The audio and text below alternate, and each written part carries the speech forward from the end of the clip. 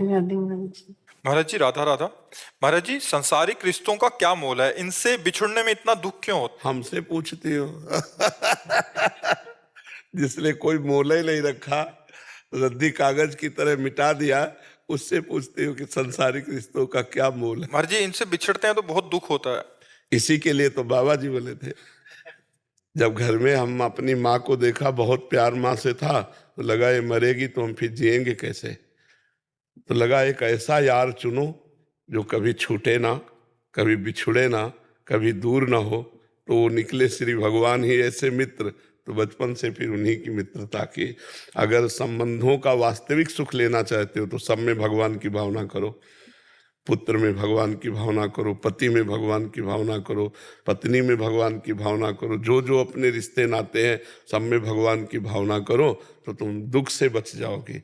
नहीं तो हर संबंध दुख देता है। मिलने में सुख, बिछुड़ने में दुख, यही संसार की रीति चलती है। और यहाँ बिछुड़ना पड़ेगा क्योंकि इसका नाम मृत्यु लोक है। कब कौन बिछुड़ जाए पता नहीं। ये आसक्ति बहुत दुख देती है। आसक्ति, मान लो आपसे प्यार है, आपसे आसक्ति हो, आप चले गए, तो वो हृदय व्यथित रहेगा, वो जलता रहेगा। हमें लगता है इसलिए भगवत भाव से किया जाए। तो भगवान सब रूपों में है, तो ये भाव ही इतना महिमामय है कि दुख नहीं होगा। ये दुख नहीं होगा। सब में भगवान का भाव करो तो दुख नहीं होगा।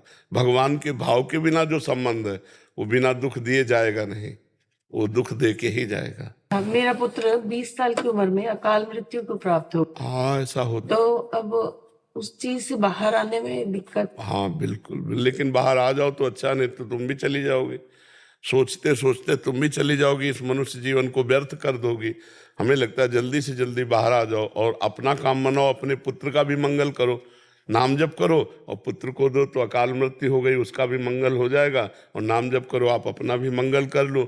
अब दुख किए तो कुछ हाथ लगना नहीं है। मान लो रोज बैठ के 2-4 घंटा चिंतन करो, रो उसका, तो ना उसका मंगल होगा ना आपका मंगल होगा। अब रोने से हटो और भगवान का नाम स्मरण करो और वो नाम उसको दो कि उस जीवात्मा जो हमारा पुत्र बना था उसका मंगल हो, तो उसका भी मंगल होगा, आपका भी मंगल होगा। महाराज जी, कई बार ऐसे रिश्ते होते हैं जैसे भगवान कृष्ण और सुदामा की ऐसी मित्रता होती है जो हमें सही रास्ते पे चलाती है। हाँ बिल्कुल। उनसे तो संबंध विच्छेद करना नहीं, संबंध विच्छेद नहीं, भगवत भाव और सही रास्ते पे चले तो ऐसी मित्रता तो कायम रहनी। बिल्कुल बिल्कुल बिल्कुल, लेकिन कायम रहेगी नहीं। ये माया क्षेत्र है, कहीं न कहीं प्रतिकूलता आ जाएगी, कहीं न कहीं विक्षेप पड़ जाएगा।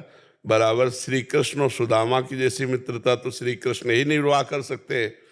सुदामा जैसा त्यागी और श्री कृष्ण अनुरागी, और श्री कृष्ण जैसे ऐश्वर्यवान और ऐसे त्यागी मित्र को प्यार करने वाले। नहीं, गरीब मित्र को कोई प्यार करता है क्या? गरीब मित्र को आए फोन उठाने बंद कर दे कि कहीं कुछ मांग न ले ले। तो वो अगर किसी चीज की आप शुभकामना भी दे रहा होगा तो भी फोन नहीं उठाएंगे। अरे ये बात